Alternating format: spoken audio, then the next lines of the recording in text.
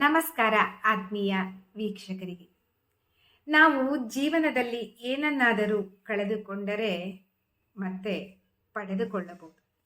ಆದರೆ ನಂಬಿಕೆ ಅನ್ನೋದನ್ನು ಕಳೆದುಕೊಂಡ್ರೆ ಪುನಃ ಕಟ್ಟೋದು ಅಷ್ಟೇ ಕಷ್ಟ.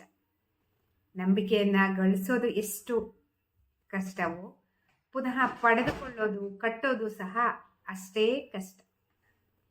ಈಗ ನಂಬಿಕೆ ಅಂತ ಅನ್ನೋದು ಬರೀ ಮಾತಲ್ಲಿ ಬರುವಂಥದ್ದಲ್ಲ.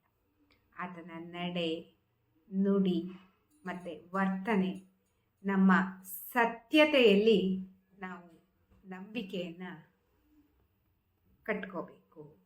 ವಿಶ್ವಾಸ ಅಂತ ಅಂದರೆ ಕಣ್ಣು ಮುಚ್ಚಿಕೊಂಡು ನಂಬೋದಲ್ಲ, ಪುನಃ ಪುನಃ ನೋವು ಕಟ್ಟೋರನ್ನು ಕ್ಷಮಿಸೋದೂ ಅಲ್ಲ.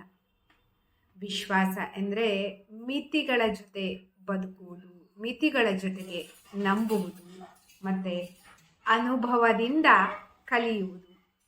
ತಪ್ಪಾದದ್ದನ್ನು ಎಲ್ಲಿ ತಪ್ಪಾಗಿದೆ ಅಂತ ನೋಡಿಕೊಂಡು ಗಮನಿಸ್ಕೊಂಡು ಅದನ್ನು ಸರಿ ಮಾಡುವಂತಹ ಧೈರ್ಯದಲ್ಲಿ ನಾವು ನಂಬಿಕೆ ಇಟ್ಟು ಮುಂದೆ ಹೋಗೋದು.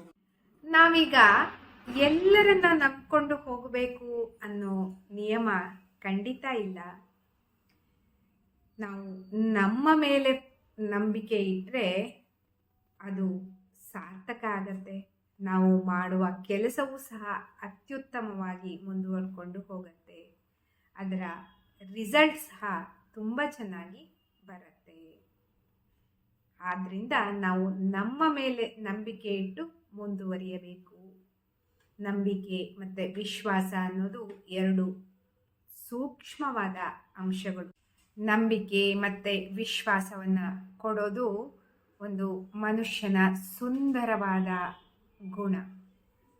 ಆದರೆ ಅದನ್ನು ದುರುಪಯೋಗಪಡಿಸಿಕೊಳ್ಳುವವರಿಗೆ ಮೊದಲಿಗೆ ಮೌನವೇ ನಾವು ಉತ್ತರವಾಗಿ ನೀಡಬೇಕು. ನಂಬಿಕೆ ಮತ್ತು ವಿಶ್ವಾಸವನ್ನು ಕಳೆದುಕೊಳ್ಳೋದು ಖಂಡಿತ ಕಳಪೆ ಅಲ್ಲ. ಇದರಿಂದ ನಾವು ಪಾಠವನ್ನು ಏನು ಕಲ್ತ್ಕೋತೇವೆ ಅದೇ ಬುದ್ಧಿವಂತಿಕೆಯ ಲಕ್ಷಣ. ಹಾಗಾಗಿ ನಂಬಿಕೆ ಮತ್ತು ವಿಶ್ವಾಸವನ್ನು ನಮ್ಮ ಜೀವನದ ಭಾಗವಾಗಿ ಉಪಯೋಗಿಸ್ಕೊಂಡು ನಾವು ಎಲ್ಲವನ್ನು ತೃಪ್ತಿಯಿಂದ ನಮ್ಮ ಮೇಲೆ ನಂಬಿಕೆ ಇಟ್ಟು ನಮ್ಮ ಕೆಲಸವನ್ನು ಸಾಧಿಸುವಲ್ಲಿ, ನಮ್ಮ ಗುರಿಯನ್ನು ಮುಟ್ಟುವಲ್ಲಿ ನಾವು ಸಾರ್ಥಕರಾಗಬೇಕು.